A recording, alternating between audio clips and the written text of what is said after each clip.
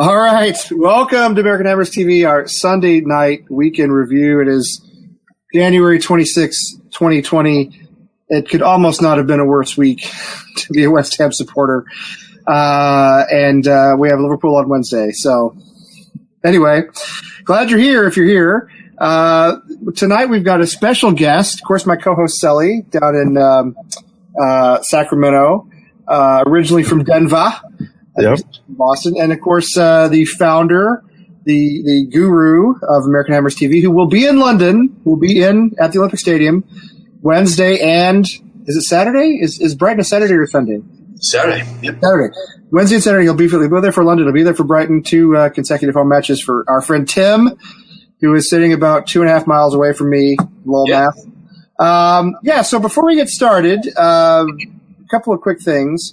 You know what? First of all, I know this isn't a football-related thing, but I did want to mention Kobe Bryant, who was tragically killed in a helicopter crash today, along with his 13-year-old daughter, and I believe another parent, another child, which is just really awful.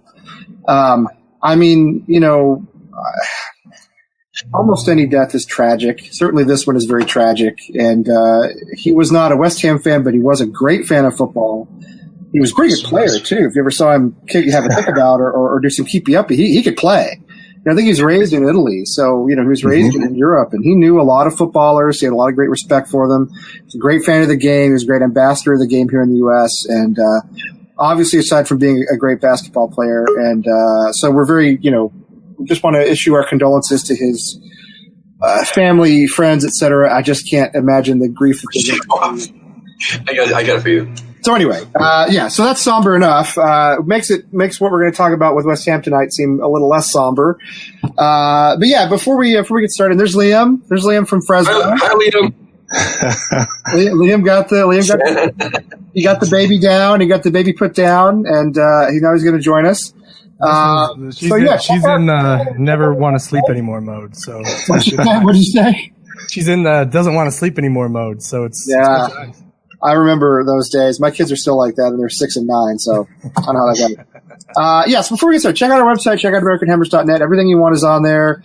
All of our merchandise, all of our stuff, our scarves, all of our threadless store stuff is on there. Anything you ever want. I think there's underwear on there now. You can get and also, there's new wallpapers, American Hammers Network wallpapers, all different designs, cool bubbles and stuff like that. You can add on your phone or whatever. We also have phone cases for all different sorts of phones with different logos on there. But yeah, so basically we have the threadless shop for everybody.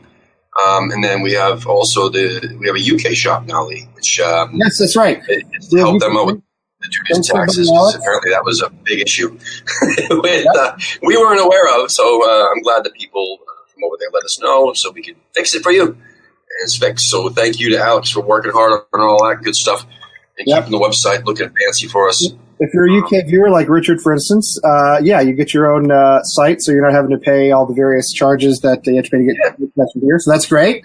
And I will be bringing some scarves with me. Okay, I'll be bringing some scarves with me. Some of the old, more redder ones, reddish, not so. The Oilers scarves. The flag bunch, the original run, still look good. They do. They look good. The first run of the American Hammers TV scarves, I have 5 of them left, and if you find me, I'm in London, I might have them on me, and the first 5 people to find me, I'll give them to you. Oh, look at Mr. Fancy here. Has been in Costa Rica on a school trip all week. Well, buenos noches, amigo. I hope you had a good time. Sit down, strap in. Yeah, my school trips were to really lame places. We didn't go to Costa Rica. We went to Waxahachie, Texas. So anyway, Gabe, glad you're here. Haven't seen you in a while. Glad you're here. You know what? It's been such a beating of a week that I want to start with something positive. Tim, will you do us a favor and just tell us about your trip that you're taking this week and what you're going to be doing, and maybe, if you don't mind, the people you're going to be meeting with and kind of some of the stuff you have set up? Yeah. So I'll be hanging out the boats, the Hammers Chat boats, the first day that I'm there, before and after the match. And I think on the next day, so Thursday, I'll be doing the stadium tour and then hanging out around the stadium. Friday, I'm going to be meeting some other people and friends and hanging out with Mother Brown and meeting Tebow, one of our good viewers, long-standing viewers, and getting some footage with him. So I'm going to get an interview with him. Since we weren't able to get him on the show, I'll be there face to face. And maybe Steve can hold the camera for me while, I do a little interview. Because he's got awesome stories. I've spoken to him on the phone many times before we even got him on the show. And, just because of his internet issues doesn't mean we're not going to get his story out there. So that's what American Hammers TV has always been about, is being a platform for everybody, regardless of what, side of the fence you're on, what walk of life you are. If you're a Hammers fan and you want to get heard around the world, that's what we're here for. So anyway, I want his stories out there, and I don't want it coming from me. I want it coming from him. So that's going to be the best. One of the things I'm looking forward to most. And then, yes, exactly. Yeah, Tebow. And then on Saturday before the match, I'll be doing the West Ham Way pre-match event with Jazz invited us there, who's been on the show, and Steve and I will be going there with Gary. Gary also is going to be going there. And, yes, Gary from South Carolina is going to be doing the whole trip with me. And Steve will be with me most of the trip as well. And Ray Brom, we can't wait to meet him. But anyway. Who's there good for the event? Sorry to cut you off. Yeah, that's what I was getting to. I beat around the bush. So it's Phil Parks is going to be there. And Nice. Yeah. So I get to meet him. That'll be fantastic. And I'm going to be giving him a scarf. So hopefully he takes it. Get big fast hammers. Yeah, exactly. I'm super excited. I'm going to be meeting a lot of people, and hopefully, I'm trying to get. I'll be spending a lot of time with the Cross Hammers guys, and also the West Ham Fan TV guys. I'm sitting right in front of them, so nice. Cool. Try to get a few fan cams. So anyway, looking forward to that trip. But like I said, if you guys see me out there, I might have a scarf for you. So if you recognize me and you see me, say hello to me, and if I have a scarf on me, which I'll be wearing like 5 of them around my neck, and I'll give you one. Right? Cool. Awesome. So anyway, that's going to be fantastic. Back to the negativity. Yeah, well, Gabe, apparently there are no cell phones in Costa Rica, so Gabe doesn't know anything that's happened in the last week. It wasn't just real good. We had the loss to. Leicester, eh? No, who did we even play in the Premier League last week? Help me. Leicester, thank you. Leicester away. Leicester away, thank you. Oh man, I've blocked it out. It's like a bad memory. We had the loss to Leicester away. It was pretty uninspired. And we leaked 4 goals. The biggest problem to me is that we leaked 4 goals. Because goal differential could make a difference this season in staying up or going down. And those 2 late goals just killed me. I mean, it's bad enough not to get 3 points, but a 2-1 loss is bad, but it's not disastrous. A 4-1 loss is a pretty disastrous loss where we are right now.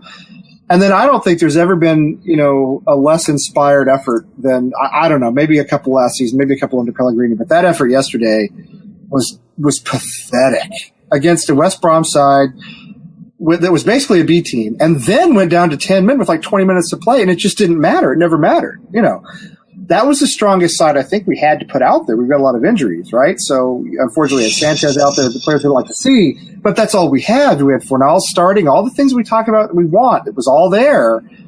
And I think even David Moyes is wondering now what he's gotten himself into. I really do. There is a culture of losing and negativity, and there's a culture of there's a sense of doom around this club that is inevitable in a sense because we are so close to going down, because we are out of all the cup competitions now so early.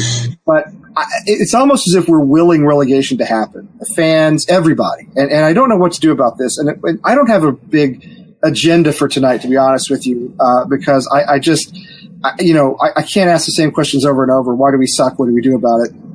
It's the same thing every week. Well, but like right below, and also in the other corner, we have 2 of the most positive West Ham fans, West Ham supporters I've ever met.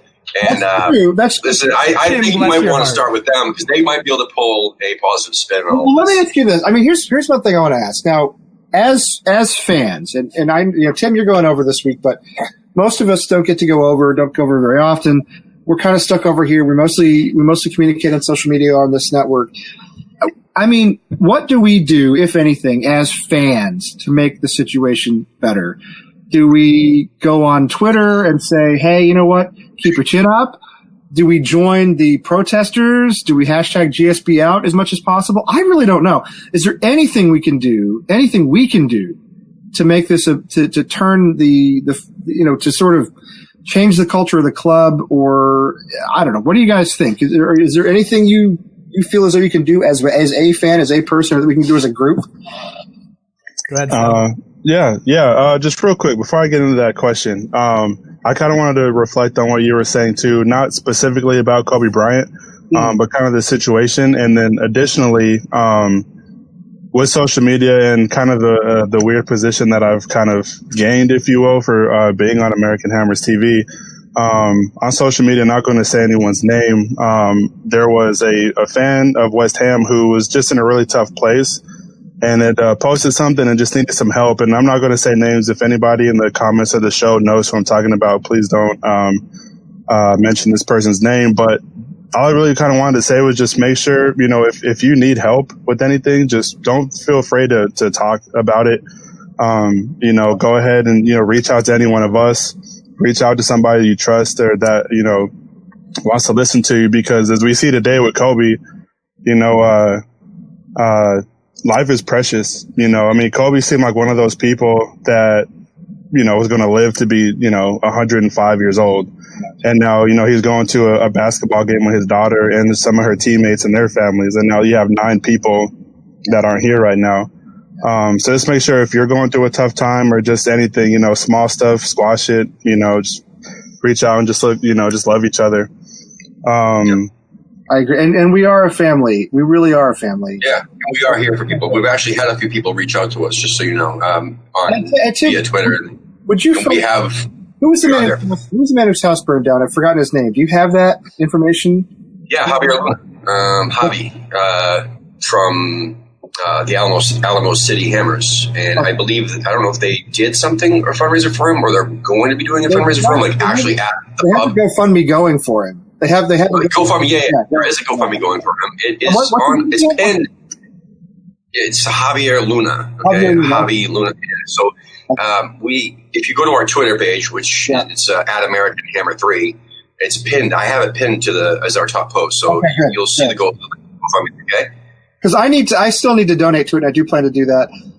And I think this is an example of what Celly is talking about. I mean, we are a genuine family, and I think we really care for each other. Yes. And I agree with you, Celly. If you need help, if it's a personal problem, whatever it is, I mean, come to us. You can send me a DM on Twitter. I'm serious about this. I'll do everything I can. I really will. And I think all of us here will. So we all do, and we all have. Yeah, we all have. Will. We all have. We all have problems or all things we have to get through. So yeah, absolutely. I agree with that completely. And I think, this is more than just us goofing around talking about a football club. This is a family, and I think we should live that way. So anyway, thank you, Celly. I appreciate you bringing that up. That's a great thing to bring up. Yeah, anyway. No, absolutely. But yeah, so now to answer the question, put an optimistic spin on it, because the second we got eliminated from the game, first thought that came into my mind now is we have no excuses to not do something to stay up. Because we only have one competition now that we have to look forward to. Now I know we have injuries and whatever, but no team is at 100% right now. But I think the issue is with the injuries that we have, and that's an issue that people have with the board, we need to spend. I saw something today that said $500,000 bid for Aaron Long got rejected. And I think in the summertime, our bid was even higher than that or something. And, whatever. So I was like, there's trying to go and improve the squad. And then there's going out making jokes of a bit like, hey, we're about to get relegated. Let's throw some pocket change at this just because you play, in the league that we might see as less. At this point, I feel like you gotta overspend, on players. Yes.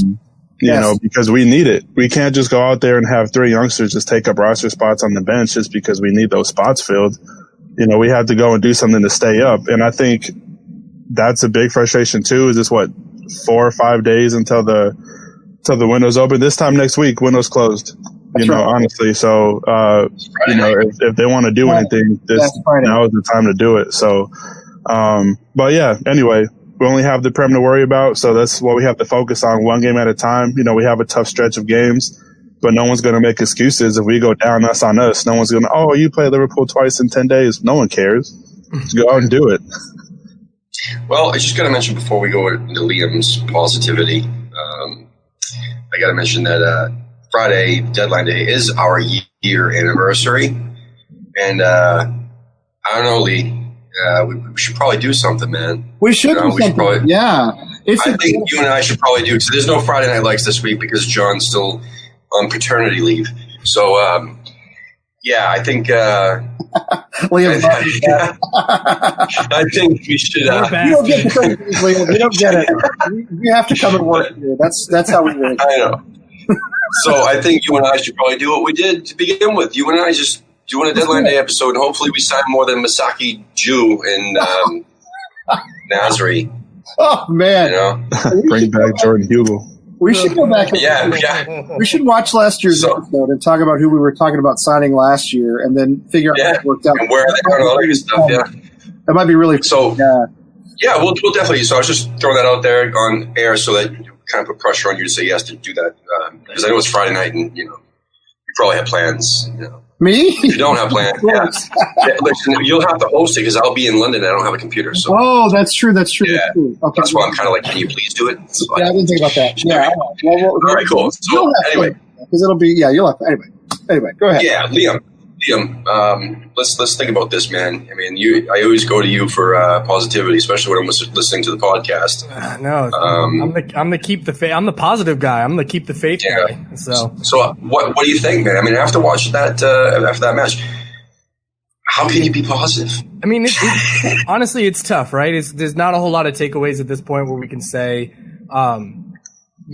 that we're seeing progression, right? That we're seeing movement. We're seeing more of what Moyes is trying to do with this team. But let's be honest, you can't put that on Moyes at this point. I mean, you can't. This team has been decimated, absolutely decimated. When Snodgrass goes down in the Leicester game, right? I was like, we're done. I mean, he's that extra little bit of bite that we need because, especially with the amount of games that we've been playing, you can't have Noble playing full 90 every, twice a week, 3 times in a week. And especially not lately. He hasn't looked so good. So yeah. No, same with the dude came out on, what was it? He talked to that Tottenham fan. What's his name? Moose? He was talking to that. Oh, Ian Abraham? Yeah. He's not a popular dude right now. He's just a fan of free food. He's a very unpopular guy right now. To be fair, Moose totally, bit the yard with the opportunity with David Gold. But I think the conversation he had with Noble was very honest. It was very eye-opening with Noble saying, look, I'm 32, I'm going to be 33 in May. You cannot rely on me to come in at halftime and suddenly change a game. Like, why is it that I'm the one person that everybody's going to put that weight on? And you feel for the guy, man. Like, he should be enjoying the twilight years of his time at West Ham. He should be a celebrated hero. And instead, he's getting shit on left, right, and center by all of us, by anybody. Everyone's pulling him up by the bootstraps saying, oh, well, he missed a sitter. Fuck, man, everybody missed a sitter in that game. Are you kidding me? Everybody. Who had the most shots on goal? Declan Rice. The one shot, yeah. You know what I mean? It's bad tactics, and it's, we're sitting here hoping on a prayer, and it's just, we need to set more realistic expectations, but at the end of the day, you can only play with the team you have, and you can only play the team that's in front of you. And I think with the Leicester game, once Noble scored that penalty, I thought we were back in it, man. Being down 2-1, I really was like, you know what? These guys have got it. These guys have got it. And then Agbana trips up what's his face in the box, and let's be honest, it's absolutely a pen. And when a penalty's been given on somewhat shaky circumstances, 99 times out of 100, that ref is going to give a penalty to the other team to make it feel like it's squared up. So I knew one was coming. I knew the first time somebody went down in the box for Leicester, they were going to get the pen. Obviously, they bury it, and then 7 minutes later, same guy, Oyozi, puts it back in again. And when you look at it too, man, that pass that comes in from the right hand side, our left hand side, but they're right. The guys are just standing around, completely open space. Nobody's trying to close it down. I mean, you just knew it was going in. It was similar to the second goal, where Masuaku doesn't track back. There's a ton of open space right outside the 18. Madison plays that square ball through traffic, and then dude just gets on the end of it. It's, it's tough because I really did think that we were at least going to nick a point out of that. I really thought that we were going to come out of that looking pretty good and going into the West Brom game on a high. And then with the West Brom, I mean, it was just a bad mistake from Sanchez. I mean, lo and behold, big surprise, right? But just not the first one either. Yeah. But that weird little short pass that he does instead of just trying to boot it out, clear it out of the area, just a bad decision, and we get penalized for it. I mean, and fair play to West Brom, they came to battle. I'm actually really surprised that they got red carded. Because it was, I mean, typically, and we've talked about this on the show before, is the lower level teams typically get away with murder in these cup matches because it's always the big bad. They're not going to be lower level for long. That's part of it. They're not going to be lower. They may be. No, it was basically a Premier League match in the middle of the week, honestly. It really was. And it makes me worried because we went up against a championship side and we looked like a championship side. So it's, it's kind of, we got a taste of what we're probably going to expect to see next year because you're not going to have the top level guys. They're going to be, they're going to be sold off. We're going to have to rely on, Snodgrass and Noble, the guys that aren't going to get picked up, and youth. And that's what's going to hopefully bring us back up. It's going to be a moving shift. Yeah. So, I didn't get to watch the full Leicester match. I watched the first 20 minutes. Pretty much till like the first goal. And the first 5-10 minutes, it looked like we were okay. It looked like, we were matching them for pace. But then all of a sudden that first goal went in, and then just like every other match, once we concede. The shoulder slump. Yeah. It's just. Yeah, 100%. And it got worse and worse and worse. And then I listened to the rest of it on the radio. And I kept hearing over and over again, oh, yep, Leicester has possession. Oh, Leicester, they just dominated possession, and that's ridiculous to me. I mean, the stats for that match afterward, looking at the stats for that match, it was pathetic. Absolutely no excuse for that. They had been on a shit run. I know I'm sick of hearing from people, oh, if you have a shit run, come play West Ham. I mean, it is what it is. Anybody can beat anybody on a given day. You got the right players. You have the same players. Our players have been training together. What the fuck are they doing in training? I keep saying this over and over again, too. Yeah. What are they doing in training? Are they training at all? Are they learning anything? Are they setting up certain ways? Like, it looks like they're having a great time. As you see the pictures and the videos for training, they're all happy. They're all goofing around, making pranks. Like, awesome. There's more strategy in striking Declan Rice than there is to put onto the game. Well, I'm saying, but even Manu, I mean, I see him smile. I see Manu smiling in Lanzini smiling in training in these pictures, and I'm like, well, he's looking like a miserable little prick. Like, he doesn't even want to be there during the match. Like, what's going on with that, too? So anyway, they did not perform at all that match. And then going into West Brom, I'm like, you know what, this is it. They got to do it. This is our year. It's the cup year. They got to take it seriously because this is our chance. At least get into the next round. At least go for a run. Right. I mean, that's what you got to do. It's the 40th anniversary, etc. So they did not do that, and it was from go. It was from go. The other team was just West Brom was just running, and they were lobbing the ball deep. They were doing long balls. They were playing. Bilic was doing Allardyce ball. And it was crazy. It was working. You know what the worst part is, Tim? I'm sorry, but you're going to appreciate this, I think. The worst part is that now people are on this Bilic nostalgia trip. Yeah. We had Dimitri Payet, all right? After he lost Dimitri Payet, he was taking us down. And I realize all of our managers take us down now, but he was taking us down. And we had to get rid of him. And now all the people have come back around and said, oh, look at Bilic, look how great he is. Look, he's coming up into the Premiership. Look, he's beating us in the FA Cup. He didn't work out for us for whatever reason, all right? He just didn't. So please stop with all that. He played a horrible West Ham squad. He didn't beat us. We played like shit. And then some. It was like Back to the Future when Biff fucking slides right into the fucking truck of manure. And it's just shit. And then shit coming out of his mouth, and it was just shit upon shit upon shit. It just kept coming. So anyway, yeah, exactly. So, anyway, so they kept the pressure nonstop. West Brom was pressuring, and I thought that's what we did, but we did not do that at all that game. We were pressing not so high. We were pressing at one point, like once, not too deep either, but it wasn't enough, and that didn't change the whole match. Now, you're going to call me crazy, but Sanchez actually played probably his best game in a West Ham shirt. I understand. I keep hearing that he gave the ball away so much, but he was actually taking the ball away from West Brom more than anybody else I was watching on the pitch. he was, at least getting the ball. And what he did with it thereafter, who knows? But at least he was trying. I mean, I could see that he was trying more than he's ever tried before. Maybe because he knew it's, the windows, oh, God, it's getting close to the window time. I might be out of here or out of a job. Or, I don't know what he was thinking, but he was at least doing that. He just, poor guy, man, he just can't pass the fucking ball. He just can't do it. So all these other small passes for everybody else. He's only on on $80K a week. What do you expect from him? You know what I mean? I know, but I mean, to me, I could see at least the effort in him. You know what I mean? I saw some effort. I did. It was just shocking for him. I thought we'd get a new manager bounce with the effort, at least. I thought if the results didn't improve, the effort would improve, and it has not improved. Not until halftime. When halftime came and we brought on our three big boys, right? I mean, they needed to do because the first half was shit.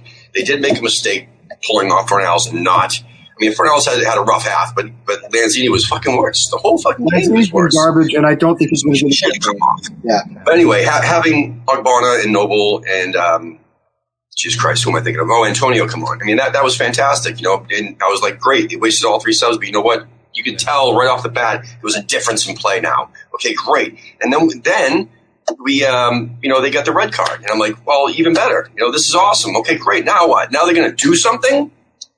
It was like watching them play Man United a few years ago, back when Allardyce was there, and we're down, and we're trying to win a match in the Premier League, and we're just trying to do whatever we can to get the ball up. We shouldn't be playing like that against West Brom. We should be fighting for our life.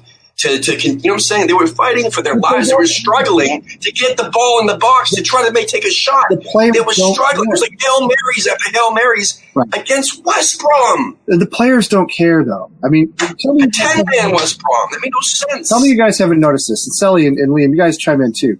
I thought with Moyes coming in with a change of manager, at least we'd get some effort, some energy. He's an energy guy in terms of making the players work. I thought we'd see some more commitment from the players. I'm still seeing the same thing I saw under Pellegrini, which is guys just tapping the ball around out there. They don't care about staying up. They don't care about winning a trophy. They don't care about West Ham at all, with the exception of Mark Noble, who's getting old, and maybe Snodgrass, and Declan Rice, certainly. With the exception of those guys, the rest of them don't care. I think they know if we go down, they just get sold somewhere else anyway. It doesn't really matter. I mean, it doesn't matter. Hold on, you're right, but it doesn't matter how old Mark Noble is, or how good or how bad he is, or if his legs are gone or not. One man can't carry the fucking team. No, he can't, and that's what he said. That's what he told Ian Abrahams, and he was right. He can't carry the team, and he shouldn't be asked to. He's never been that type of player anyway. He's always been a captain. He's always been a leader. He's not a talisman. You know what I mean? He's not a Payet. He's not what Lanzini we thought he was going to be for us. He's not a DeCanio. He's not that kind. He's not a Scott Parker. He's not that kind of guy. He's a captain. He's a leader, but he doesn't have the skill, to be a talisman. But what strikes me more than anything else is just the total lack of effort from the players. I don't know, Celly and Liam, if you guys have thoughts on that too. I mean, if you're David Moyes, what do you do? They seem just to be totally unconcerned about what happens and just ready to be sold at the end of the season, I guess. Well, you can't rely on transfers, right? Not in January. Well, no. And what are your other options? We got to wait for people to get healthy. I mean, it sucks to say, and we've got a couple run of matches coming up, Liverpool twice, where we really need those bodies on the pitch to at least be able to try to hold our own. I mean, Liverpool could put 10 past us. It's honestly, it's getting dire. It's dire. Not on my fucking watch. Right. Somebody out there, he'll just jump onto the pitch and play center back like you did for Greater Lowell one time. Yes, put number 5 on my back. Hey, man, just show up. Just show up in any kit. Just run on the pitch. They'll let you on it. I mean, honestly, Moyes will probably put you in, man. He's short on options. So I want to see passion. I might not be the most technical player, but I got some passion. Yeah, at least I'll put in some fight. But Tim's going out there. In the first 5 minutes. Tim's going out there just full on body checking people to the into the billboards. I'm down to watch that, man. I'm down to watch that too. What have we got to lose? Like really, seriously. No. You know what I mean? But we're solid, man. In the corner, takes a smoke break. He's running around with a cigarette in his mouth. Yeah. Waiting for a free kick. Oh. He's putting it on his own arm. Come on! Let me take my hat off for a second and do a header in the fucking. You just turn it around. He's still wearing the hat, but his back. Nice. I'm down. But I think That's what it is, man. I think at this point, I think Moyes' hands are tied. It's you got to make the best of what you got, and hope that something you say or something falls your way. I think we've been terribly unlucky this whole season, and I think it's got to be a matter of time before the ball falls our way. I think what happened in Bournemouth was absolutely the kind of luck that we need to happen, right? Where we need it to be where the balls bounce our way after 50-50 challenges. The VAR goes our way, giving a penalty to Noble, and then also rescinding that red card to Cresswell. I mean, you can't tell me we used up all our luck in one game. So there's got to be something that's going to break for us. I mean, we can't count on the board. We haven't been able to count on the board in 10 years. So let's be honest. They're not going to come in and save us. You can't rely purely on Noble. You need some of these other guys. And I hate to say it, but I think some of the foreigners need to step up. I think that the dressing room might be a little broken. Whoever said you on the chat, Lee, I'm sorry, but I was just going to support your point. Somebody on here in the chat, I don't remember who it was saying we got to get Lanzini going, and I agree. I mean, Essex Hammer. Yeah. Man. I do not think. I mean, I love. You can't get him going. I love. You get him gone. Well, no, get rid of him, or you mean start him up like a little. No, get him playing. Get him playing. That's done. I think he's had his chances, man. I said it in the chat. I think I he's had agree. his chances. Who's our other option? Fornals. Well, you put Fornals out there, sure, but I still think you've got to have an effective Lanzini, and I know he's not effective, and he's been frustrating me like crazy. But I mean, again, who's our sort of talisman in the middle? You have one with all the injuries we have too. Right, but you get some of those boys back, right? And you tell me out of a pick of four, if it's Antonio, Anderson, Fornals, and Wilshire, like which one? Anderson's gone for like another few weeks. Start of February. He should only be out for another week and a half at this point. So like 10 games between now and the start of February. Pretty much. But you think about that. If you're Moyes and you're picking somebody you know is going to impact a game from the start, like Lanzini, Anderson, or Antonio, or Fornals, who are you going to put in? I clearly would pick Fornals. I've been saying Fornals all along. We all have. I'm not the only one to say it. We all said Fornals. Yes, I agree. Oh, we got to put Fornals in. Poor guy. We got to keep him in one fucking spot too. We can't keep right, left, center, right, left, center, right, left, center, and fucking say, "Oh, he had a shit game." Well, no shit, because he doesn't know what the fuck he's playing. This is kind of what I'm getting at. They fucking moved him all around too. You can't drop 8 players because we don't have that many left. I mean, I'd love to draft everybody except for Noble, Rice, Ogbonna, and maybe Snodgrass. That'd be great. Can't do that. We don't have. Well, I mean, okay, maybe, but we all know that that's risky. And even then, okay, there's Holland, there's Cullen. You could bring back out of loans. How is it risky? Well, you don't know if they're ready for the Premier League. You got damaged fucking goods on the first team right now, not doing jack shit except fucking up all the time. So think about this though. Look at Chelsea, right? They had to play their youth because they weren't able to bring in players that they bought. And where is Chelsea on the table compared to where we are? It's because they gave have some faith in the academy. What is it? I mean, let's be honest though about their academy compared to ours right now. I mean, I know we're on an upswing here with some players. We don't know because we don't see them. We don't give them a chance. Pellegrini is not giving people chances.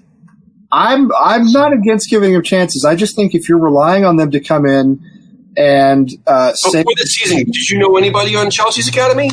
Did you know if they were good or not? I don't know anything about Chelsea at all, except the manager. Chelsea fans knew what they had. They're red boys.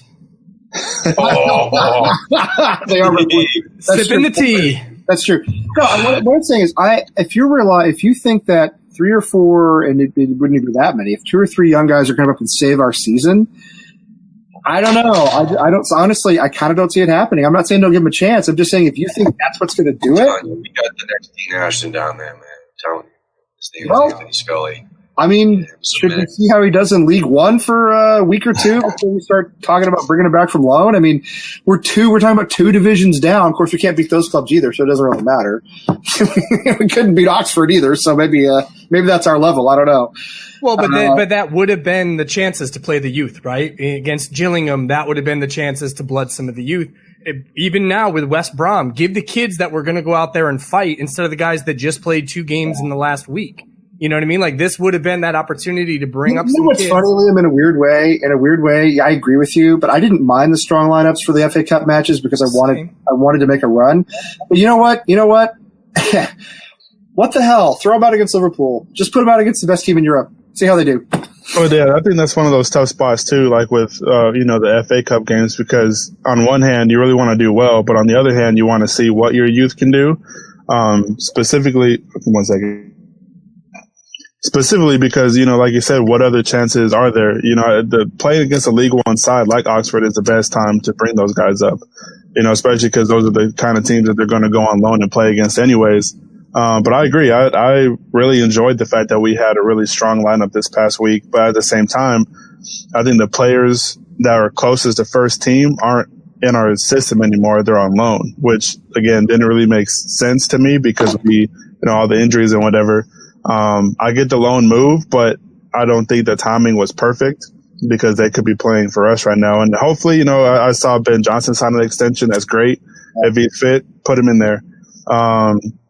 Yeah, I don't think these extensions. It's crazy to me. Like, why do we keep signing extensions on these kids if we're not going to give them the fucking time of day? Right. No, exactly. And that's the thing. I mean, I think Holland signed a extension too, or whatever the case may be. But at the same time, it is one of those things. Chelsea had their growing pains with the youth. First game of the season got obliterated by Manchester United.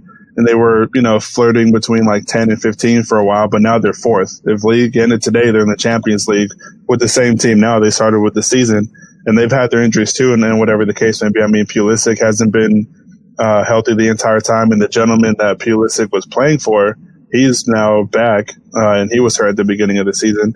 But anyway, I mean, like you said, you won't know until you play him. We can't always – like, what would be the point of the academy if we keep just signing other players to come in? Because at a certain point, you have to think like the academy players have to have some sense of, where the fans are coming from, what it means to play for the badge and stuff like that. And the fans want to see them, down there, PL1, PL2, whatever the case may be. I mean, they're tearing it up regardless if it's the next tier or 2 tiers down. Like Lee said earlier, you got to play who's in front of you, and if you're playing against shit teams and you're beating them, it's better than playing against shit teams and being bad, because one point that I think you make that's really good is that they do at least bring a winning mentality because they've been winning. Right. Yeah. He clearly doesn't have that. We have this loser mentality around the first team. I know it comes down from the board. I get that, but you know what? Listen, let's be honest. The board are not going to sell anytime soon. All right. No. Protest. You do whatever you want. It's not bad to show your opinion and voice, how you feel. It's not bad, but they don't care. They don't care. All right. No, and that's the thing too. If you bring some youth in, let's say if we had Holland, Coventry, and Johnson, let's just say those three specifically. One thing that you can always say, the youthful exuberance. One, they're going to come in and want to prove that they're worthy of first team play. Whether it's every game or they're on the bench, as long as they make selection, they're going to want to prove that. And then you also have the other hand of that too, which is like they don't know any better than to just like the team sucks, but they're not going to play like that. You could have 8 other people play like crap, but those 3 are going to put a shift in, and then it might trickle over. Rice, is going to do his best to put a shift in. Noble if he plays. And I'll give you Antonio too. Antonio, I don't think, Snodgrass too, but Antonio is another player who, no matter what it is, the dude was hurt for forever, came back on and, hasn't missed a step. So I think the loan moves were kind of odd. I wouldn't have made them personally. I would have called them up, because what do you have to lose at that point? The word on the street in the academy is that it was Scully and, what's his name? Coventry actually had the best attitude and work rate. Nathan Holland, on the other hand, he has probably the most talent on the squad, but yet they're afraid that he might, he's got a better head on his shoulders than Ravel Morrison did, but they're saying that out of that lot, he would be more likely to have less of a work rate, when it comes down to training, etc. So I would say you would have to throw Scully in that mix because he's also scored more goals than Nathan Holland did, even in the reserves, and was having, had just as many assists. So as a striker. So anyway, that's one that I feel like we missed the boat on. But Ben Johnson is another one that, now that I think he's healthy now. Is he healthy yet? I believe so. Should be. But here's the problem. that we have with bringing the youth in, and it's kind of contradicted myself, is that one of the players like, Anderson and Lanzini and all these other guys that their positions could actually be at stake, bringing these kids in. How do they treat them in training? Like they're like, hey, yeah, come on up, buddy. Let's have a good time training. Or they're like, oh shit, these guys are going to take my job. Well, that's we're having a shit time. Well, I think it would put a fire under their ass to put in more effort, because I mean, regardless of how you feel about it, if you're Anderson and you have Holland and Coventry coming up for your spot, you're not going to practice loose. You're not going to play scared.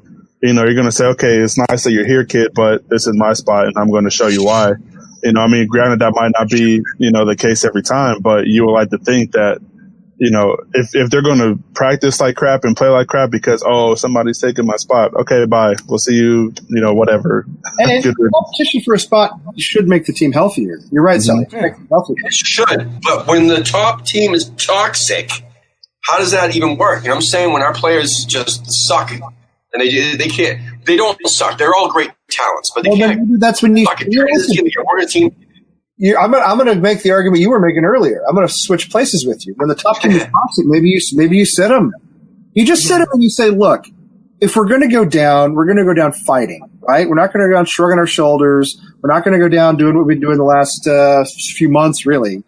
We're gonna go down fighting. When we put Ben Johnson in against Manchester City last season, he had a great game. One game, I get it. I know we lost that game. We shouldn't have. Bogus penalty against Declan. But anyway, the point is, league champions that season. He played well. The team played well. Should have been a draw. Good performance. I know just one game, but still, that's part of me. There's part of me that wants to contradict everything I've said and say, you know what, just throw them out against Liverpool. Just bring them all back and put like 6 youth guys out and say, who cares? If we lose 12-0, let's lose with guys who are at least going to fight. Let's not lose with guys who are going to be gone in 5 months. It's just going to crush their confidence even more, right? Well, if we're our top team and they get fucking slammed 12-0, it'll crush any hopes we have of actually getting them to fight. And I think look at a Jetty, you guys. Like, think about, he gets the run out in the West Brom game. I honestly thought he was probably one of the better players in the field in terms of work rate, in terms of effort that was getting put out. Like, maybe the talent, the finishing wasn't there. But dude, I've had more minutes on the pitch than he has. Passes that weren't even meant for him. Yeah. He cut off like 3 passes that weren't even meant for him.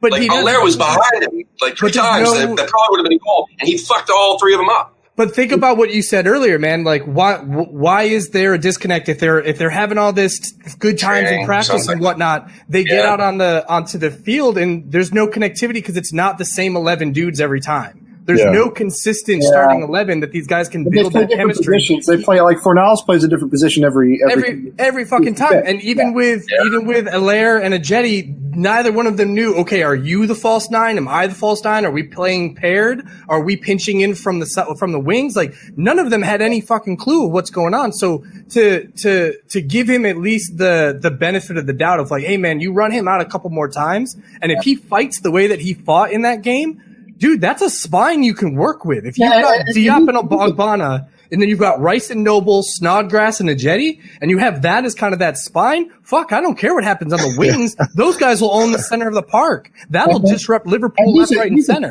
He's an experienced player. He's not an old guy, but he's not a youth player either. I mean, I think Essex is making, for you to be honest here, some good points about relying too much on youth. We did it when Sam was here. It didn't work. It hasn't worked for Liverpool. Yes, it's worked for Chelsea, but they also have a very strong supporting cast that we don't have. And unfortunately, what appears to be a pretty good manager, Frank Lampard, who should have been one of ours, but that goes back 20 plus years and nothing you can do about it now. But yeah, I think the argument with youth is always, in a practical sense, it's always kind of hopeful. I feel as though it rarely works out the way we want it to work out. Not saying never, but it's nothing's working, man. Nothing's working. It's not working as it is. So. The other side of the coin is, if we're going to go down anyway, let's go down with guys who are going to be here next season. First of all, give them some Premiership experience, right? This is the argument to me. They're going to be here. They're youth players. They're under contract.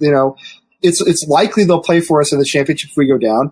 Let them play against the top. Let them play against Liverpool, and Manchester City, and Tottenham and Arsenal and get that experience, and let them go out and put out some effort. On the other hand, as you said, Tim, and again, we're not trying to decide anything here. I'm just throwing out arguments. On the other hand, you put them out against Liverpool, they lose 12-0, and and a couple of guys get injured, and all of a sudden it's like, what do you do when you're destroying the academy? So, I don't know. But I will say that there is a culture of negativity and a culture of losing that we have to break. We have to snap. And I thought Moyes would be able to do that, and he hasn't. I'm still seeing it from the players. And I don't blame him right now because he's only been in charge for like 6 weeks or something like that. Not even, however long it's been, 3 weeks. But I don't see us breaking that culture of losing it. I don't know if maybe the way to do that is to get some younger guys in to challenge for positions. I don't know. But something's got to give because that can't go on forever. No, I agree. And then one thing that, Liam was saying earlier, well, everybody honestly was saying earlier is I think, you can see that he genuinely, at least specifically for the West Brom game, he did put in a strong side. I think, granted seeing Sanchez's name in there wasn't the brightest of things, but, to go in there with two strikers, which is one thing that we've been saying forever, and then that didn't work out. It's like, okay, well, that's not on him because he tried it, and then just so on and so forth. So, yeah, so, I mean, there is some that can't all be put on him. I mean, obviously he's not completely innocent. Nobody is at this point, but at the same time, I think, I just had a point too. I completely forgot it. But yeah, I don't know. Just moving forward, like how you were saying earlier, championship. If we get moved down, we're going to have to play the youth. But I think it's because we're not going to have a choice but to play the youth because who's going to want to come and play for us at that point? You're going to have a manager that's going to be in the last year of his contract. More than likely is going to be signed again. Shouldn't be. We're going to lose so much money that we have to get rid of half of our squad. Right, yeah. And I'll tell you, this is my concern too. This club is starting to look like a Portsmouth. We're starting to look like a Leeds, and I know they're probably coming back. They've been down for a long time. So, Leeds are a huge club, been down for like 15 years. It's like Nottingham Forest. Nottingham Forest is one in Europe. Where have they been? Right. The Forest, Sunderland. I mean, Villa went down for a long time before they came back. We're on a long list. We are in that position right now. If we go down, I see us not coming right back the way we did before because we don't have the owners, we don't have the investment, and the players will not come, as you said, Celly. They won't play for a guy who's about to be out of his contract. They won't play for a club where there's just this culture of negativity, and we're in real grave danger right now. And as Americans, so is it as simple as that we're just not playing? I mean, we're playing too many different players. We're never playing the same players over and over again. Is that what it is that we guys are saying, or is it that? No. Or it could be that the players are also protesting the owners and don't want to play for them, or what? It's infrastructure, man. Like you guys all watched that. I don't know if you guys. I'm sure everybody saw like the 2-minute segment that people were reposting from Sunday Supplement. But you go on and you actually watch. Like, the guy was right, dead on. The whole 10-minute segment that they talk about it. They talk about infrastructure and they talk about how our training grounds are basically a bunch of porta bins. It's like a fucking trailer park. There's one scout that's actually on the books because David Sullivan likes to work with agents because they stroke his ego. They sit there and tell him how great he is. That's one thing too that's really frustrating is one thing that we've all said for the longest time is how the fans seem to know everything that's going wrong except for the owners, and now that's starting to trickle out, with the gentleman that Liam was talking about, what Mark Noble was saying. I'm sure some of you guys listen to the Men in Blazers podcast. Every time they talk about West Ham, there's a chuckle when they bring up West Ham because they're like, what's even going on there? I saw a picture too today on Twitter of a caricature of the London Stadium with a circus pop-up over that. Like, it's true. It's like, I understand, and I don't want people who have been a fan longer than me to get what I'm going to say mixed up. But a lot of the issues that people have with the stadium, I understand that it sucks and it hurts and is based off a bunch of lies that we moved. But if we were still playing like that at the Boleyn, the same issues, the protests, all that stuff were still going to be the same. It just sucks because now that just puts fuel to the fire. It's okay, well, you moved us to a stadium that A, we don't own, B, you said is going to be completely different than the way that it is, and there's no atmosphere. Well, a lot of the atmosphere comes from the production on the pitch, which is granted an extension from what happens up in the boardroom. So it's a perfect storm of crap, and it sucks. I'm a Colorado Rockies fan, and we suck, right, all the time. And it's right. And the only reason why we have to move. Bottom line, there was no reason to move. Our fucking owners at the time saw an opportunity to make money off of the stadium. I agree. I don't think we had to move then. But let's say, for example, if we were having. No, go ahead. Yeah. I'm not sure if we could have. Fenway fucking Park is still around, dude. That ain't going anywhere either. You know what I'm saying? Like, this is old. First of all, I hate Fenway Park. I love the ball. That's not my point. I hate it too. I fucking don't care about baseball anymore, man. I don't care about anything except West Ham. But anyway, 35,000 people. The whole 35,000 people. I mean, listen. The problem to me with the stadium, there are three problems with the stadium. One, it wasn't what we expected, and I don't know whether the owners lied to us or they just got it wrong. It doesn't really matter. It was supposed to be a football stadium, and it's not. It's an athletic stadium. That's the first problem. The second problem is that we haven't played good football in that stadium, right? I mean, and I really believe we didn't play good football in the last fucking stadium. It doesn't matter. Right. Well, but we did in the last season, and I still believe that the biggest hole that was ripped in this club in the last few years was when Dimitri Payet left us, and instead of being contenders for Europa League in 2016-17, everything fell apart. Everything fell apart, and I promise you, I guarantee you, I know people would have been disappointed by the stadium, but if we'd finished top 6 that season, which looked like a possibility, if we had made a Europa League run into the proper group stages, maybe into the knockout rounds, I promise you, people would have said, the stadium's not great, but, you know what I mean? I don't love the running track, but, I mean, it's all been about what has happened on the pitch, and it's been about a guy who was going to be our next legend, our most beloved player in a couple of decades, taken off unceremoniously, and never being replaced, and we've been looking for that Messiah ever since, and he's not out there. And I'm telling you, I genuinely believe if people wouldn't love the stadium, I'm not saying they love the stadium, I'm saying if we were a top 6 club, they wouldn't care as much about the claret carpet and the running track and the weird funky stands. It would be like, it sucks, but hey, who cares? Look what we put on the pitch. The problem is always the performance on the pitch. It always is. You guys, you have to remember, okay? Go back and look at some of Vinny's clips on Twitter, Vinny WHUFC. Go back and look at games at the Bolin in the 80s and 90s when there were like 18,000 people there or 21,000 people there. It wasn't full. It wasn't even close to full. It was huge, swaths of empty seats, even at the Bolin. Everybody thinks that it was like that last season or it was like the 1980 FA Cup run. It was like 1986. It wasn't always like that. I'm sorry. Listen, for all you, in England, if I'm speaking out of turn, I apologize, but it's true if you've been around long enough. It's true.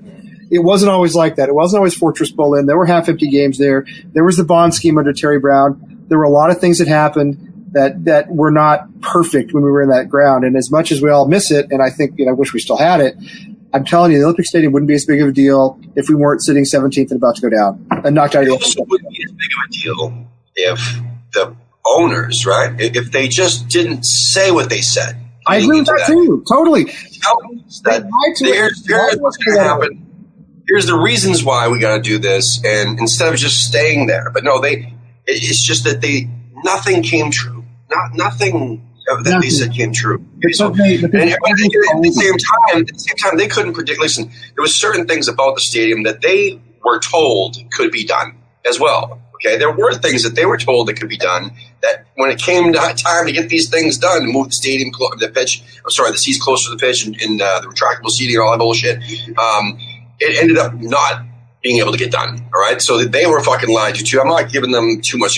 I'm not covering their ass at all. But I'm just saying that they should just shut the fuck up, right? They should just. Well, they've never done that. They still allow these. Well, I know, but listen. Sullivan is just. The guy is just he's fixed our debt situation in a way, right? In a way, I'm saying in a way because we're still paying, et cetera. But it could have been Tony Fernandez. Tony Fernandez could have done the same fucking thing. But, he could have taken us out of that debt too. Anybody with that kind of money could have taken us out of that. So the one thing that they're clinging on to, right, as their champion, is like, hey, we did this, and yes, we moved to a world class stadium. Oh my god. That's just still bullshit because anybody could have done it. I'm gonna throw something else out there. Yeah, bottom line, we didn't have to. Period. We didn't have to. Nobody didn't have to. I'm going to throw something else out there that we can all think about. That you discuss if you want to, but it really doesn't matter because it didn't happen. What if we'd gone into administration when before they bought the club? What if we, after the Icelandics went bankrupt, what if we'd just been bumped down to the club? Where do you think we'd be now? I have no idea. We may still be floating around with Port Sunderland. Just depends on who would have picked up the tab, right? No, I think I've talked about it before. So Cork City FC in Ireland had a similar thing go down where the ownership, the last big investor ownership, they lied about the investments that they had. Ultimately, club went into administration. They were going to go down. The supporters banded together and put in a bid to own their own team. So Cork City FC is owned by its supporter group. So there's a board of representatives that are voted on for the Green Bay Packers. Everything is managed and handled internally by the supporters of the club. That's the club we love. That's Wimbledon. That's Wimbledon now.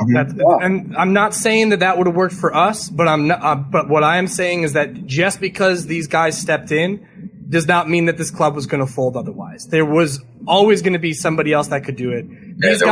These guys were ousted from Birmingham City because they did the same stupid shit they're doing with us. They did not invest. Still the championship. They did not build infrastructure. They allowed the team to falter. They allowed the team to drop.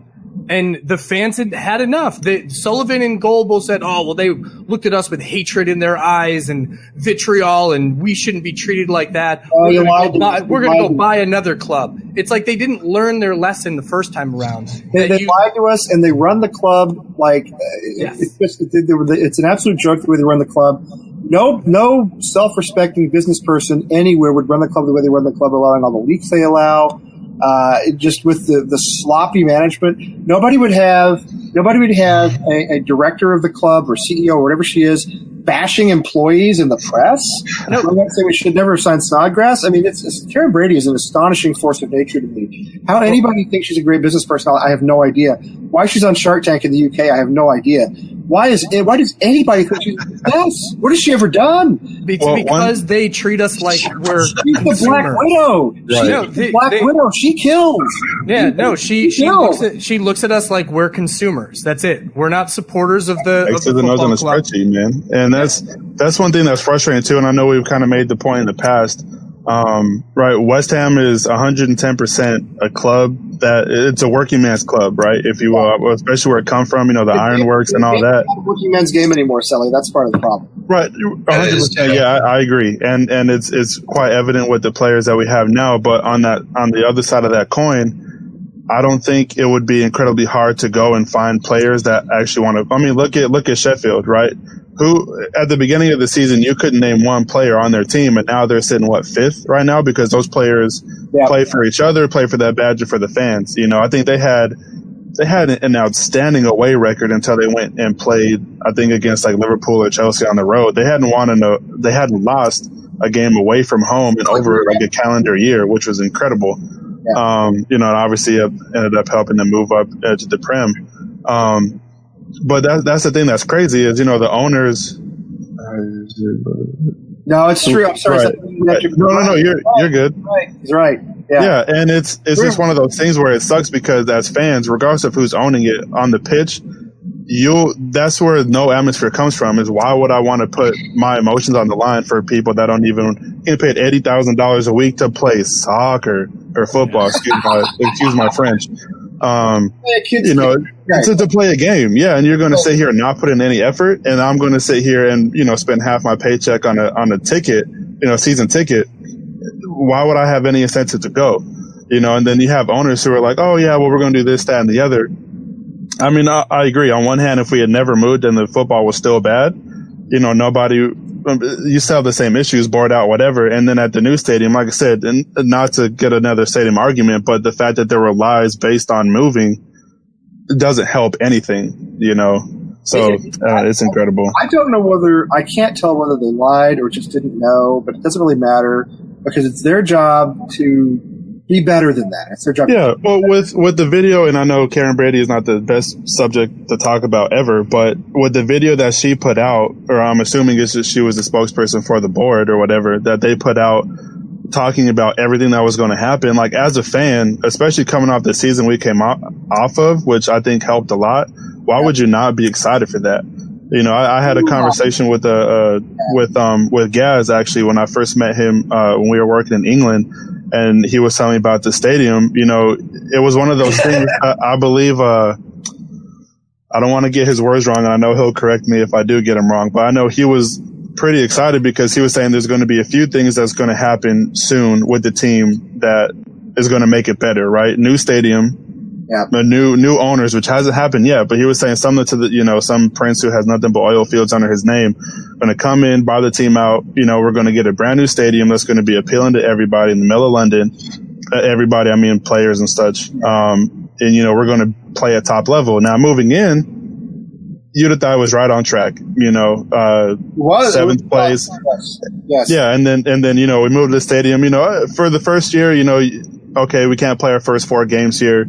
Lie number 1, or whatever. And with the businesses and whatever, there has to be a certain point where if it's not going to be called a lie, you have to sit here and look at it like, okay, well, who lied to you to lie to us? Exactly. Because who allowed you to believe the fact that that it was just going to be our own stadium, and then who else was going to sit here? What, did Gary say something? These guys, they're cutting up. The comments. Oh yeah, I don't have it up on my screen, so I don't know what they're saying. Good. But yeah, no, it's just crazy. And they're just saying when it comes to Karen Brady, gender is fluid. Oh right, yeah. Well, and that's the thing too is I think that goes into why people don't like the board is because if they were able to get duped into pretty much spending money on getting the stadium and being lied to in turn lie to us, then that doesn't help. And as we've all said, I think if they had said, I've always said from the very beginning, if they had said, look, this stadium is about Premier League survival, which we didn't even get, that's the worst part. But if they had cut all this talk about we're going to be top 6. We're going to be – because if you look at I don't have it in front of me, but somebody sent us a message this week, Tim, on Facebook Messenger. I think it was Ray, sent a chart of the wages, the wage bill for each Premier League club. And granted, we're not at the bottom, but we're in like the lower third. I mean, we're sitting in the middle. Yeah, we're sitting like below half, I think. Yeah. But if you look at the top 4, 5, 6, I mean, these are astronomical wages these clubs are paying, way higher than ours. So we were never going to be at that level, even with a new stadium. To me, if they'd said this is about Premier League survival, right? I'm sorry, this is too funny. This is about Premier League survival. This is about ensuring that we stay in the Premier League. This is about ensuring that we have. That's what they should have said from the beginning. Is you can't stay up with an old 35,000 seat ground that's falling apart. Instead they told us you're going to get to the next level, and it was never going to happen because it's not enough. It's not enough. They don't have the money. It's not enough. So they shouldn't have said stuff like that. They should have said this is about being a Premier League club for the next 20 years instead of this is about being in the top 6 or in the top 4 or whatever. But that wouldn't have excited anybody. It would have been too honest. Maybe, yeah. Honestly, that's probably what we needed. We needed them to come back out and say, look, this is what we were told that we were going to be able to do retractable seats and blah, blah. This is the reasons why. If you guys don't like it, make sure that you put your complaints into this company because they're the ones that initially told us yes. I don't care if it's deflection, but you come out and you say honestly. Show some transparency, right? We had at least tell us that they're working on it. Or fix it. Here's the problem. It seems as though they've just swept it under the rug and said, okay, well, they said we couldn't, so forget. Okay, next. Yeah, exactly. They're not even still trying to get the issue. They're saying, we're still fucking fighting hard for you guys. Yeah, they're not even thinking about that now. We're 10 years on. How many of their promises, the 10-year plan, how many did they actually hit? We went through this promise by promise. It's like what, 3? Promise, and they hit like 3 of them. Yeah, and even then with qualified success. You know what I mean? Qualified, like okay, they reduce the debt, but they're also draining us with their high interest loans. You know, even Mike Ashley took out no interest loans. Yeah, he gave the club no interest loans. I mean, everybody hates Mike Ashley. He's a better owner than we have. Yeah, and the thing is, even after Mike Ashley's finally gone and Newcastle gets a board that actually cares about that and invests, they still have their fucking stadium. I know. They took something from us they can never give back. That's what we'll always trade. Always have this fan base. Tony Fernandez, and then we'll send the other ones. We'll send our owners to QPR. Can we do a trade? I'm down. If we own because they'll help QPR get out of the Loftus Road, because that's a big issue, because they can't grow any bigger at that stadium. Similar to what we were dealing with the Bull Inn. So they would love that. They would love to see if they can get them a new stadium somewhere, and we can let them deal with it. We haven't, since we came to London Stadium, we have not had a season where we were not in a relegation battle at least one point during the season. Fernandez is a West Ham fan is the reason why I'm saying that. And that's the reason why I think a lot of fans wish that we had him instead. And he was in the running. Yeah. Hey, you know what? He grew up with. If we're gonna take maybe 5 more minutes, why don't we just throw this out there? All right, why don't we just do this? Hang on, let me pull it up here. These rumors resurface over and over again, and I'm sure it'll never happen, but it's always a fun thing to discuss. The Red Bull rumors. Here we go. Now, Hub City Hammers. First of all, I will never know how Red Bull makes that much money off of a sugary caffeine drink. They own Formula One teams. They own football clubs. They own. It's just astonishing what Red Bull owns around the world off of an energy drink. Anyway, so let's do it. Would you be okay with the club being called West Ham Red Bull or Red Bull West Ham? I'm sure they wouldn't even let us have that, because they go through and they sweep clear of everything. Yeah, it ended up being Red Bull London, but that's what it would be to be red and white, and that's because that's how they do it. That's their brand. They don't mess around with that stuff. That's why they make so much money. So, would you be okay with it? Would you be okay just to have GSB out? Would you be okay with Red Bull West Ham Red Bull London, whatever? God, how did 67% say yes? This is insane. Oh, I'll tell you why 67% of those people said yes is because look at the German league right now and look at who's sitting in first place of the German league, and it's Red Bull, whoever that team is, right? Leipzig, yeah, they are sitting in first place above us. What, the German league is really only a 2 or 3 team race, period. You know, I mean, there are 4 teams that get in Champions League, but only 2 of them really contend ever. But anyway, that's a good turnout. 779 votes. Holy shit, that's pretty good. That's what I'm saying. It's a lot of people. If they did buy West Ham, I don't honestly think that there would be any way that you might get Red Bull in the front of the shirt instead of Betway. Fine, okay, that's cool, but I don't think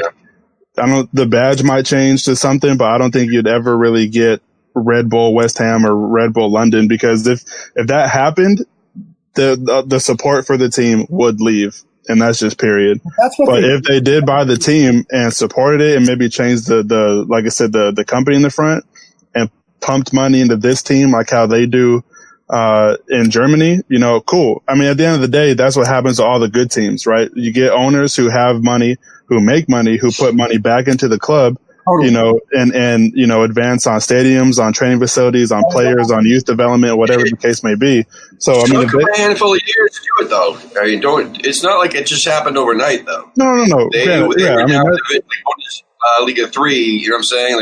But look how long it took them to get from that level to first place now. It only took not even 10 years. In the same time frame that GSB has owned West Ham, they are now first place of the German league. Essentially. Now, granted, I mean, if we go down a league, that's going to suck. But I think at the same time, as long as we get an owner that cares, now I can't sit here and say that Red Bull cares about Leipzig. At the end of the day, it's just money to them, probably. But at the same time, they're still. What are we going to do? Man City has owners that pump money into it. Well, that's football. Congratulations, 2020. You can't win if you don't spend. So. I just wonder, like, if we were winning, like Lee was saying, I mean, would Lee be GSB out? Would there be so much outrage in this GSB out? No, 2016, nobody cared at all about the board, because guess what? We were competing for Europe. The board started, and I think honestly it was just a bunch of luck. I mean, Dimitri Payet just turned out to be a god amongst boys, that season. Who was the last time we had somebody nominated for the Ballon d'Or? Never, probably. Probably never. Yeah. And then he left. I mean, he honestly, essentially had one good year here. And then he left, and now he's fat, and we're talking about bringing him back. Oh, Payet. Yeah. The funny ones that it's sponsored by Uber Eats. yeah, exactly. And he's been hitting the bouillabaisse in Marseille pretty hard now. I'd still take him. I take him and I take Tevez rather than having Tevez go back to Man U. You see those rumors? I would 2016 I take him. I would take him 2 fucking years ago when you were talking about him. Everybody was like, "No, he's too old." Okay, well, Man U wants him, so right. If 2016 flowed into now, and we were still flirting with top 7 positioning, I don't think there'd be as much talk. Maybe just a talk in not spending in January. Like, what is the board doing? But just hold on a second. But are you guys? So hold on a second. Are you guys ready for this? I mean, seriously. That's what they'll do. No, that's what they do. But that's what they do. But listen, if like you're saying, so basically, if Payet never left, right, he'd be the same age as he is right now. So what the fuck are we calling him old and fat and all this other shit? No, right? I agree. He would have been at this club still. You know what I'm saying? So if he didn't leave, I bring him back. So he's still playing. Yeah, he can still play. Right? No. I'm not trying to take away the fact that he's snaked off. Everybody's like, "Oh, he's shit now because you left us." Oh, he's shit. Yeah, no. I'm not trying to say that he wouldn't be who he is today, but you can see that there was definitely a production drop off when he went back to France. Yeah. So and I'm not trying to put it. Look at the stats, man. He's still fucking doing the same shit that he did. He's the same amount of goals, same amount of assists as he was doing. Listen, let's not pretend he'd be who he was before. Not as a player, but as a talisman. It wouldn't be the same. Yeah. I know. He'll take him back because he's a good player. Well, he'd be somebody you turn up to the pitch to see play. That's players that were with him still back then that suck now. Like maybe they would want to fuck off because they don't want to play with them, which is great because now we can get rid of the fuckheads that were still here at the bowl end that are useless and they're not doing shit. So fuck them. See you later. Bye. Anyway, so maybe it would be a good reason to get them the fuck out of here. Just bringing in some old faces that no one likes. Bring back Arnie. Fuck it, I don't care anymore. I really don't care anymore. I'm just going to see you all guys in London. I have to jet because it's way past my time. But you guys keep on going and wrap things up. But listen, like one last thing I got to say before I leave. Well, first of all, nice seeing you, Liam.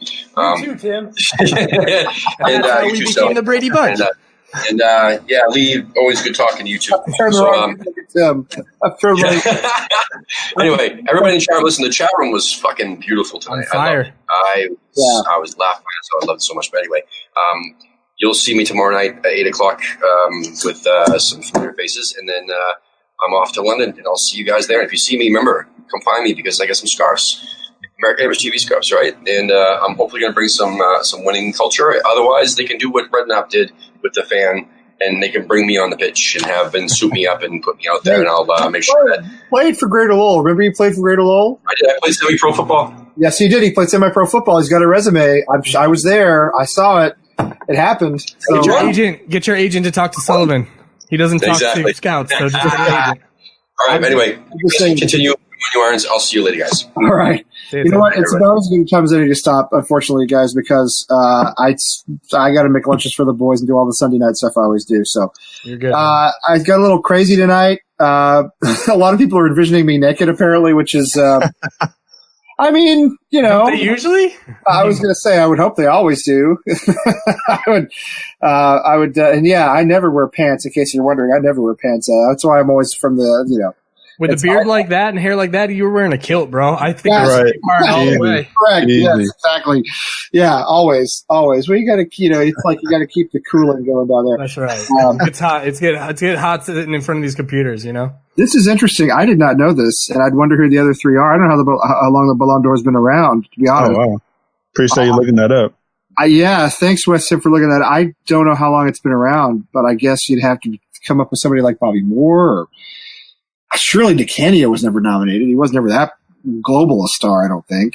I don't know. I think the Ballon d'Or is as much as impact on the field as it is of like how the team kind of rallies around you, you know, which is why I think 2016 was such a special year, is because, you know, he was playing at such a high level that it just boosted everybody else up, you know, I think, which is amazing. And I don't think we we don't really have somebody like that, right now. Been another one like that. That's, to me, the biggest problem is we've never found that person again.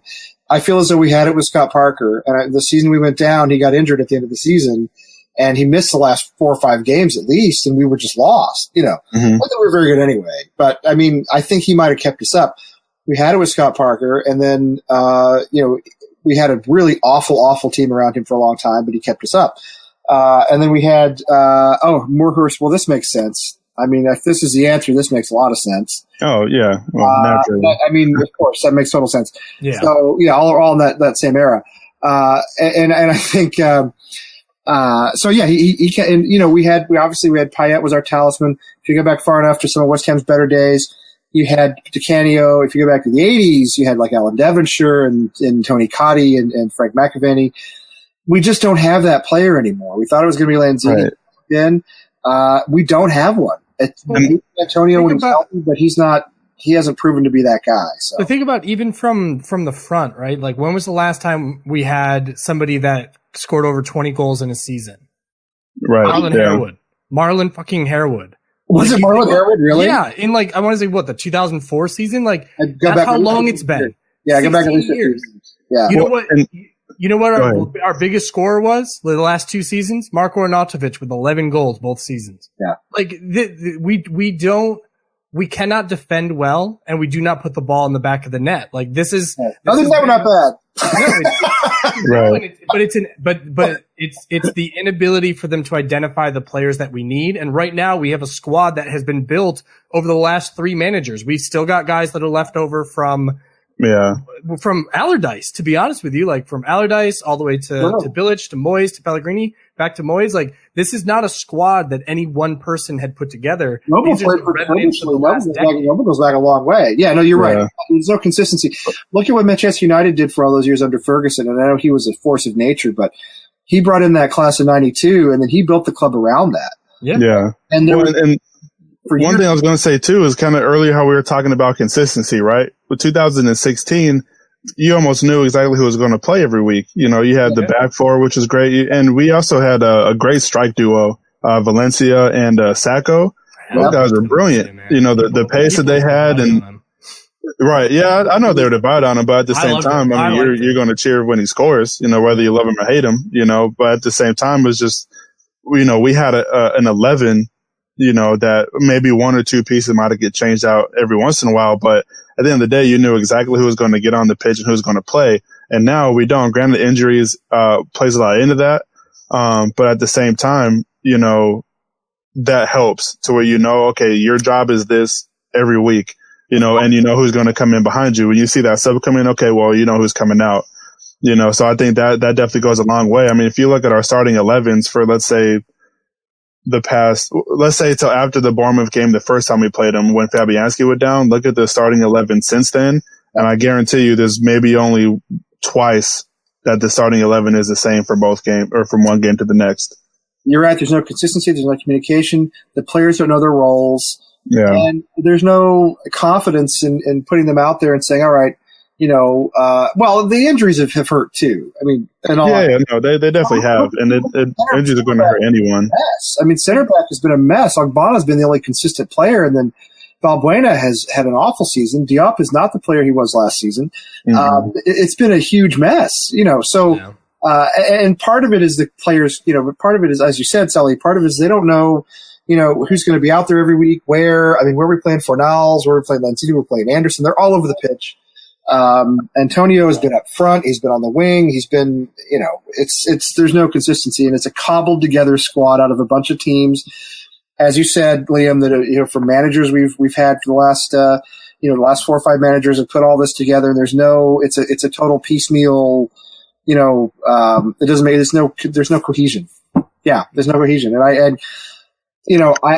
kind of thought, to be honest, a lot of people are going to hate this, but I thought when Moyes kept us up a couple of seasons ago, we should have kept him around. I would have given him another season, but we didn't do that. We brought in Pellegrini. He had an average season and then he tanked. So again, just another example of we don't seem to be. The last manager I can think of who didn't have us in a relegation battle was Sam Allardyce. Everybody hated him.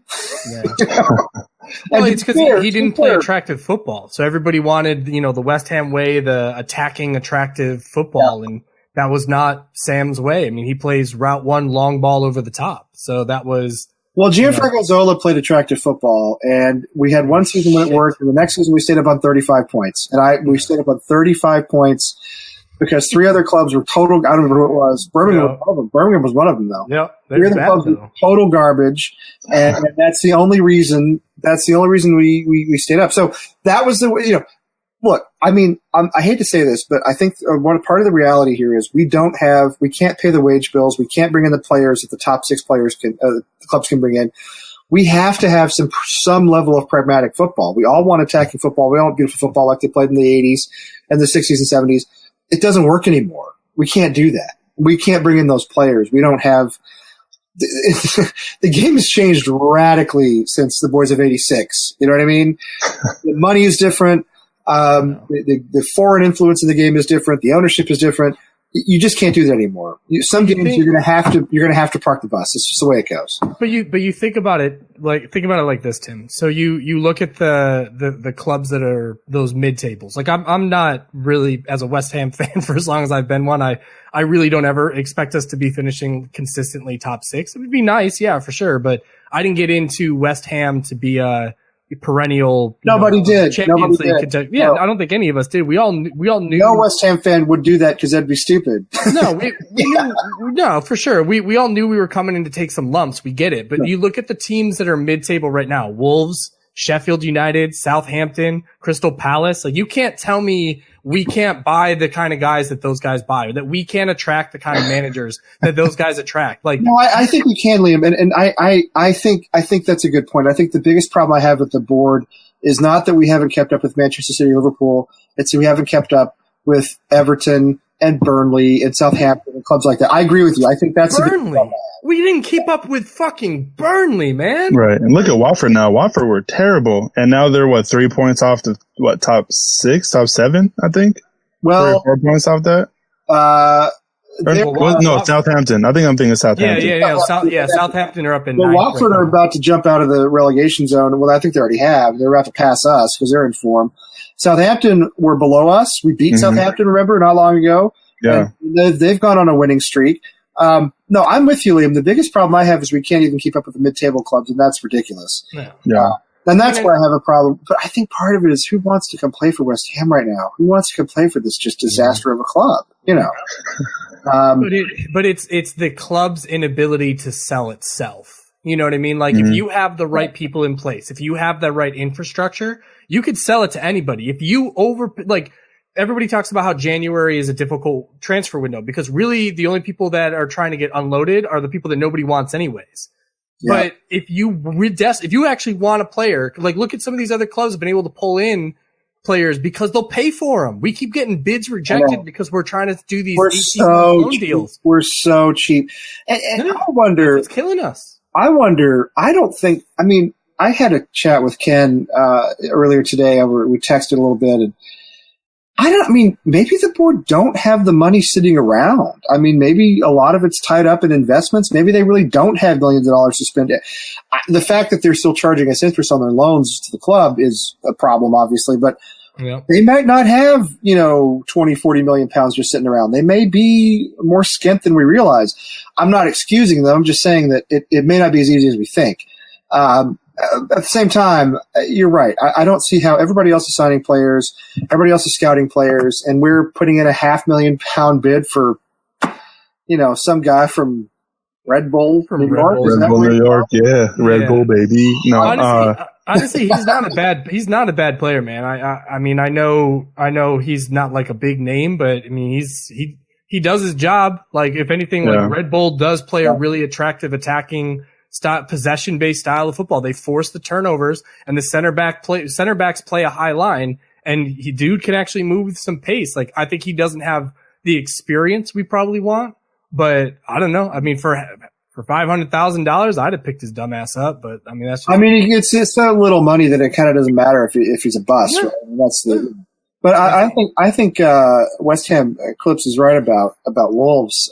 That's a club that has turned itself around. I mean, that's a club without a massive stadium. That's a club with in doesn't have a massive sort of international appeal.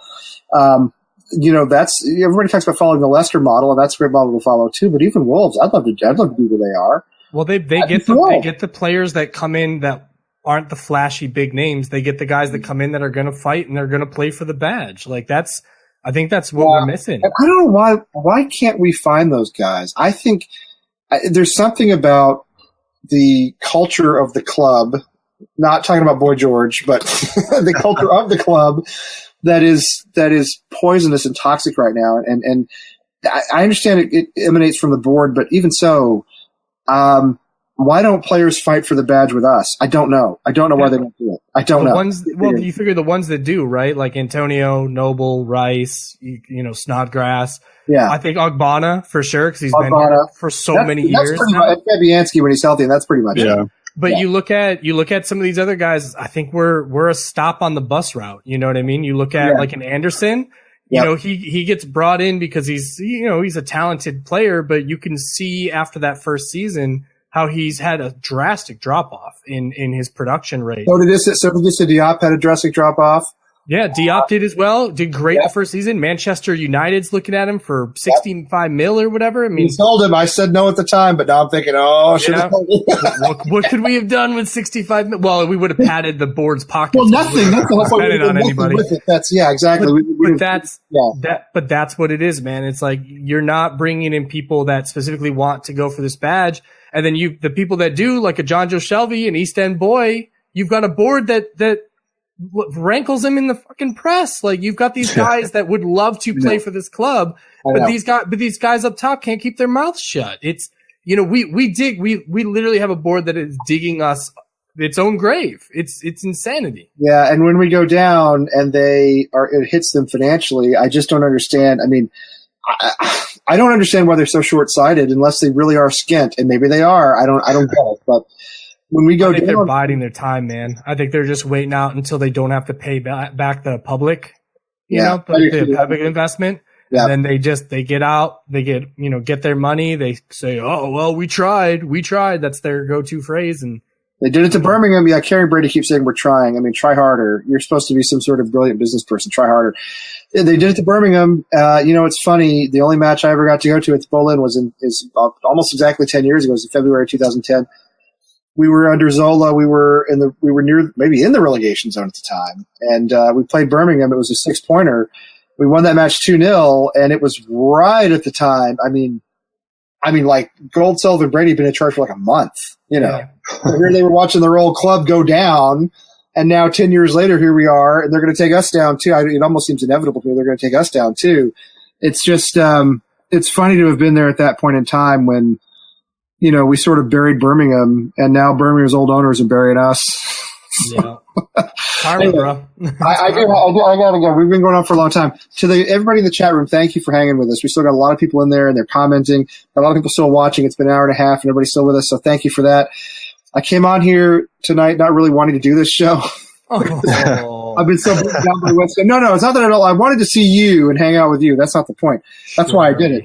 I get so beaten down by the West Ham experience, but it turned out to be a lot of fun tonight. I think we had a great discussion. So, Celly and Liam, California guys, it's only 7:30 in the afternoon there. Right.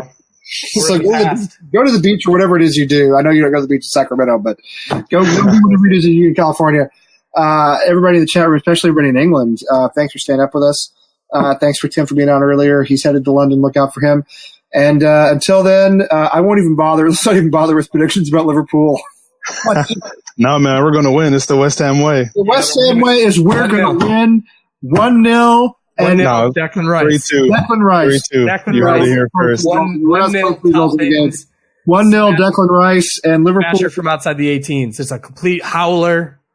Have a turned over Salah goal because on VAR. VAR finally goes against Liverpool for the first time. That's what I was going to say. You're exactly right, Sully. 1-0 to us. Declan Rice scores an absolute screamer. Liverpool equalize in the 98th minute, in the 8th minute of injury time, and VAR allows the goal. VAR disallows it, yeah. Watch out for the Sané flop, too. That's right. That's right. Inevitable. So anyway, we can all dream. Anyway, come on, you Irons. Come on, you Irons. Come on, you Irons.